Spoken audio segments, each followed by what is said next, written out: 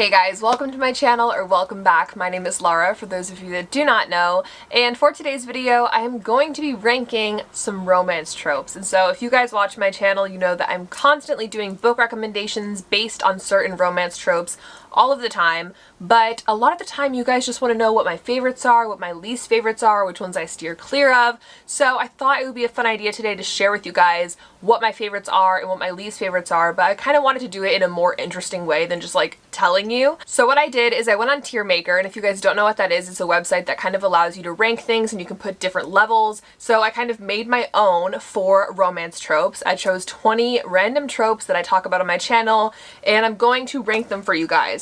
So for this video, I chose 5 different tiers. So the best tier is God tier. That's like my ultimate all-time favorite tropes. And then we have Obsessed, which is slightly less than God tier, but I still love and seek out these tropes.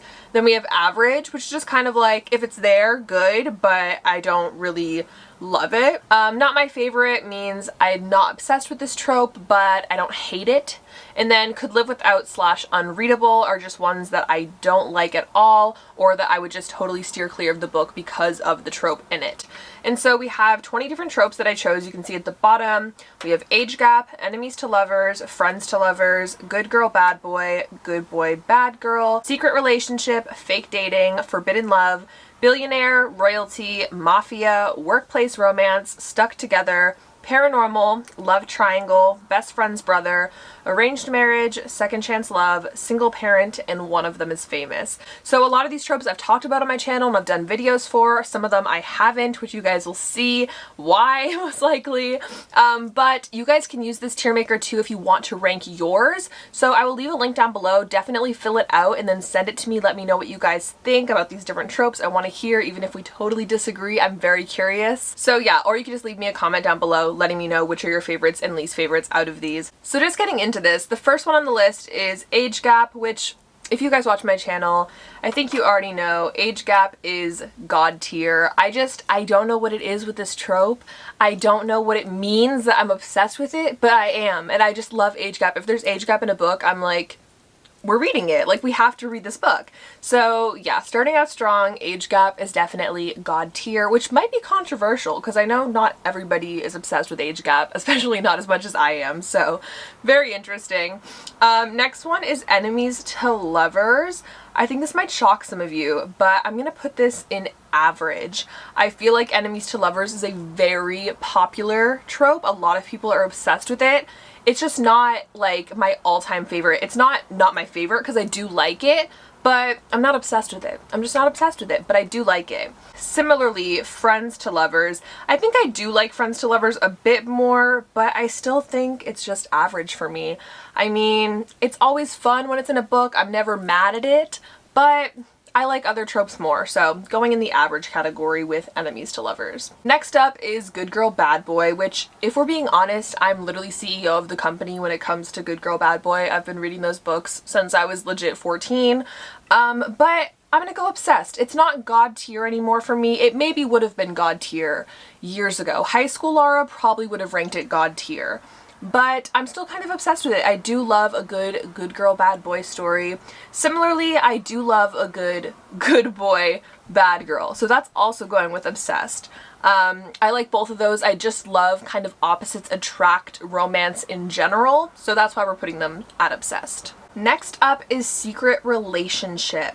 Now, this might be shocking too. I'm really pulling out the controversial opinions in this video, but we're going not my favorite. Secret relationships, I sometimes think they can be good when they're done well, but I feel like for the most part, it just always ends up with like stupid drama that I don't really care to read. Like, one of them always gets more invested and then the other person isn't ready to like say it yet, and it just kind of gets annoying. There's certain books, like if you think of Birthday Girl by Penelope Douglas, because it's age gap, it like outweighs my dislike for secret relationship, if that makes sense. So there's exceptions to every rule, but for now, not my favorite. That's where it's going. However, fake dating, which is kind of similar to secret relationship. They have like a similar feeling to me. I don't know why. Fake dating is going in obsessed. I feel like when it comes to fake dating, these characters always just find themselves in the most ridiculous circumstances. There's always like hilarious banter, and I personally love slow burn, so having this kind of like fake relationship that usually ends up turning into something real, seeing the progression of that is what makes it worth it and wonderful to me. So fake dating, we're obsessed. Next up is Forbidden Love, which you guys know, another one of my favorites, and yes, it is God tier. I guess Forbidden Love and Age Gap can kind of go in the same category. Age Gap's kind of like underneath Forbidden Love, but I just love all Forbidden Love. I mean, there's some things that are a little bit too much that like we all have a line, you know what I mean? But for the most part, I just love like forbidden aspects in stories. I just think it makes it that much more interesting and compelling to read. So yes, Forbidden Love, definitely God tier. Next up, we have Billionaire. And, you know, I would put Billionaire probably in my not my favorite section, but I'm gonna go average because I feel like I've read way too many books where one of them is a billionaire, usually the man, to actually put it at not my favorite, because like how is it not my favorite when I'm constantly reading books with billionaires in them? I don't necessarily seek out billionaire romances, but somehow I just end up reading a lot of them, so for that reason I'll put it in average. Next is Royalty. So kind of similar to Billionaire, just kind of like high rankings for this person. I'm gonna put Royalty at obsessed. I am obsessed with Royalty books. I don't know what it is about it, but it's kind of also tying in usually to that kind of forbidden love aspect, as most times the books are like one of them's royal, one of them's not, and it's like so crazy and they can't be together. I don't know what it is, but I just love it. I love Royalty. I feel like the characters are always like these super sweet boys. Usually they're like the prince or something like that, you know? They're always just like so sweet, and I just love it. So obsessed. I really admit that I am obsessed with Royalty books. I know it's not everyone's favorite, but I really like it. Next is Mafia, which I'm gonna put at not my favorite, but that's not a diss because I think it could get bumped up. I just haven't read enough of them yet. I did read one book called The Italian, and I really, really loved that book. It was a mafia book, and I was very pleasantly surprised by it, but I haven't read anything really since then. I know you guys constantly give me recommendations, but I just feel like I'm always like, oh yeah, I could read that, but I kind of want to read this more, and I always like push the mafia books off to the side, but maybe one day we'll get there. We'll have to wait and see. Next up is Workplace Romance, and while this is a category that I'm constantly reading, I'm just gonna put this at average. I do like it. I do read a lot of books that are like the boss and their employee, or like two people working at the same job. Like weirdly, I do read a lot of books like that. But I don't think it's really something I'm obsessed with. I just happen upon a lot of those books, kind of similar to Billionaire, but yeah, it's just not like something I'm craving to read, you know, but I don't mind it. So average. Stuck Together. We're gonna go obsessed for Stuck Together. I love this trope. I'm actually gonna do a video very soon talking about Stuck Together books, which basically just means that the two characters are stuck somewhere together. Like an example of this is By Your Side by Casey West. The two main characters get stuck in a library together and they have to like be on their own together. It's a trope that randomly comes up in a lot of romance books, so I'm gonna do a whole video about it, but I do love this trope. I am very obsessed with it. Not God tier to me. It's not my absolute favorite, but whenever I do see that it's in a book, I get kind of excited, so obsessed. Next is Paranormal, and we're going to the first could live without / unreadable.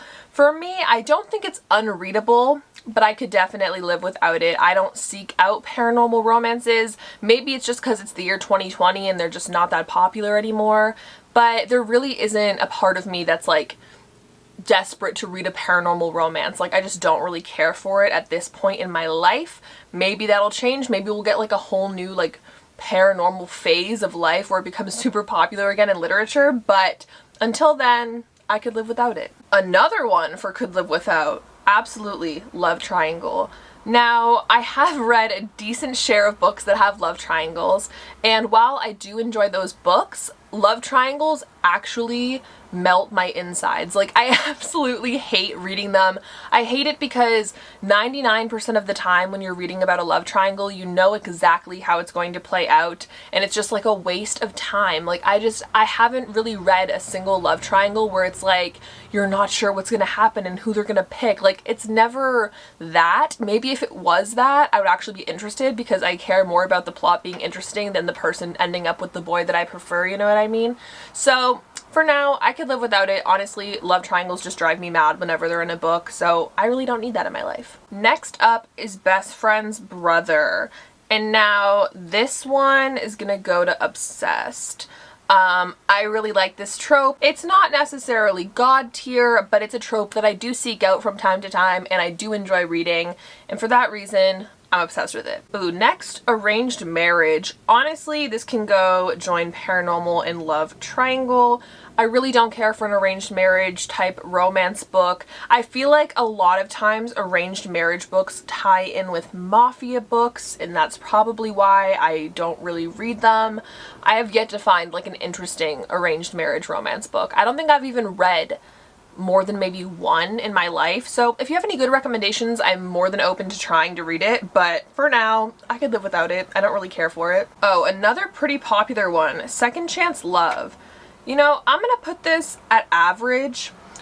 It's, yeah, average. I mean, I would maybe put it at not my favorite, but I feel like I actually read a decent amount of them, so I'll just keep it at average. I can't really think of a reason to dislike it, but at the same time, I can't think of a book that does it really well that I'm obsessed with.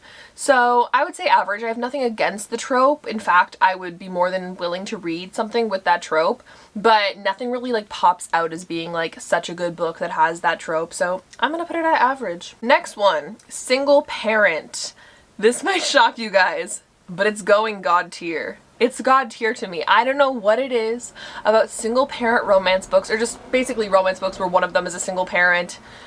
I don't know what it is. If you guys are like this too, let me know. I'm obsessed with this trope. If I'm reading a book and suddenly find out that one of them has a kid, count me in. I'm so excited. I don't know what it is. I think I just love seeing the other character grow attached to the other person's kid. It just like makes me so excited and happy, and like, I don't know, it just like makes their romance that much more exciting to me. I don't know, tell me if I'm a freak. I just love it so much. I don't know what it is, but it's god tier. I will literally read a book just because I find out one of them's a single parent, like actually, so god tier. The last one on my list is One of Them is Famous, and this one is going to Obsessed. I feel like I would maybe put it at average, but I do think I'm obsessed with this trope subconsciously. It's a subconscious obsession. I do read a lot of books where one of them's famous. I don't know what it is that draws me to these books. I feel like it just makes for a fun plot. Like, they always have these like very stereotypical like, oh, like they can't go out in public, or like there's an issue because they're going away and like the other person is like not like that and they don't want to like live the famous life. Like, there just is always some type of interesting conflict that always rises because one of them is famous that I just happen to really enjoy for some reason.